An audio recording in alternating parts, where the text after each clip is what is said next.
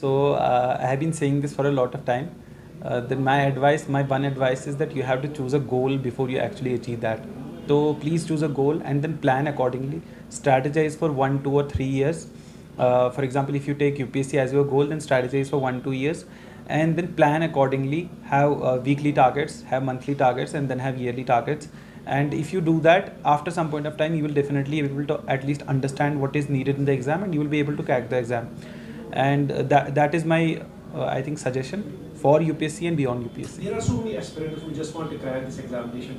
What, according to you, is the scoring subject, sir, in this I think every year it changes. Sometimes in optionals it might be anthropology, other years it's history or sociology. So my suggestion in that way is that you should firstly choose an optional or your subject based on your own interest, and then secondly look at the scoring ability of that optional, because without interest you cannot read that optional for 1 or 2 years. So you have to treat that optional like your personal, like best friend for those 2 years. So it should be interesting to you. So everybody is saying that interviews in such examinations are very tough. So what was your experience as far as interviews concerned? So my experience, and I think most of the people who experience interview, actually they think that it is very cordial. As far as people know, because they see mock interviews, and sometimes it might feel from them that they are very confrontational. But in real interview, I have felt that both of the times the board was very cordial, and they talked to me like I was a kid, like it was a conversation-based interview. So treat it like that. Do not be scared of it. A single question during the interview which you found that was tough, really tough, and you managed to answer that? I think last time it was, what is a teacher? It was very randomly asked to me. The board member just suddenly, because he hadn't even written it, he had written the other questions, then he suddenly asked, what is a teacher according to you? So in that moment I had to come up with a sort of definition. I said, according to me, a teacher is not who exactly tells the student what to learn, but he tells them how to learn. So if we tell the students how to learn, they will themselves go and learn that thing. Could you please tell us about yourselves? As you all know, my name is Waseem Bhat. I belong to Dhu Shahabad town of district Anantnag, Jammu and Kashmir, and I have done my schooling from there, and then later I did BTech in civil engineering from NIT Srinagar in 2019, and then I got a rank of 225 in CSE 2020.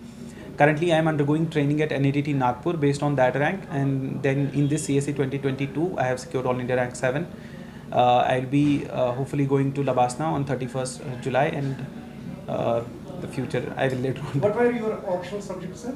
My optional subject was anthropology. Anthropology. Do you support those students who want to opt for history? History is history scoring subject. No, absolutely. I told earlier also, it's based on interest. If somebody feels that history is interesting, they can take that. Last year, CSE 2021, the All India rank 1, Shruti Sharma, she had history as her optional, and she scored very good in that. So there is no such discrimination between history or anthropology. If you are good at that subject, you can take that. You had an interaction with the students here at United Minds. Yes. So what kind of questions students posed to you, and were they satisfied with your answers? So I hope that they were satisfied. I don't exactly know their mind, but the questions, they mostly, the questions are very sort of about the UPSC, or some questions were even beyond the UPSC. What people actually want to know is, they want to know that secret probably that some toppers have, that they did the exam. But what I was trying to convey to them is that there is no secret. The strategy, the resources that I have had used, or other toppers have used, they are all online. Everybody knows them. The only thing that you need to have is that courage and determination to pursue that thing further. So it will be an individual effort, and I hope that all of them succeed in whatever endeavors they have. So last question, sir. Everybody says that hard work pays. Huh? You should be determined, you should be courageous. But I just want to know from you, just because of information for the students, aspirants especially, how many hours should an aspirant should study? How many hours?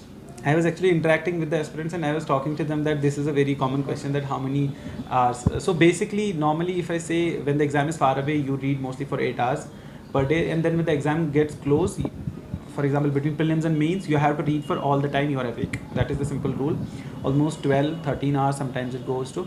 So you should not look at hours, you should also look at how much you are able to complete, how much you are able to study. So it should be a target-based plan rather than actually time-based plan. Sir, any message for the aspirants? So the message is again same. Do not be underconfident and do not be overconfident. Try, if you want to pursue the goal of UPSC or any other goal, make a proper plan and think 2 years down the line, what do you want to do, and then have weekly targets, monthly targets. It will help you. Thank you so much, sir.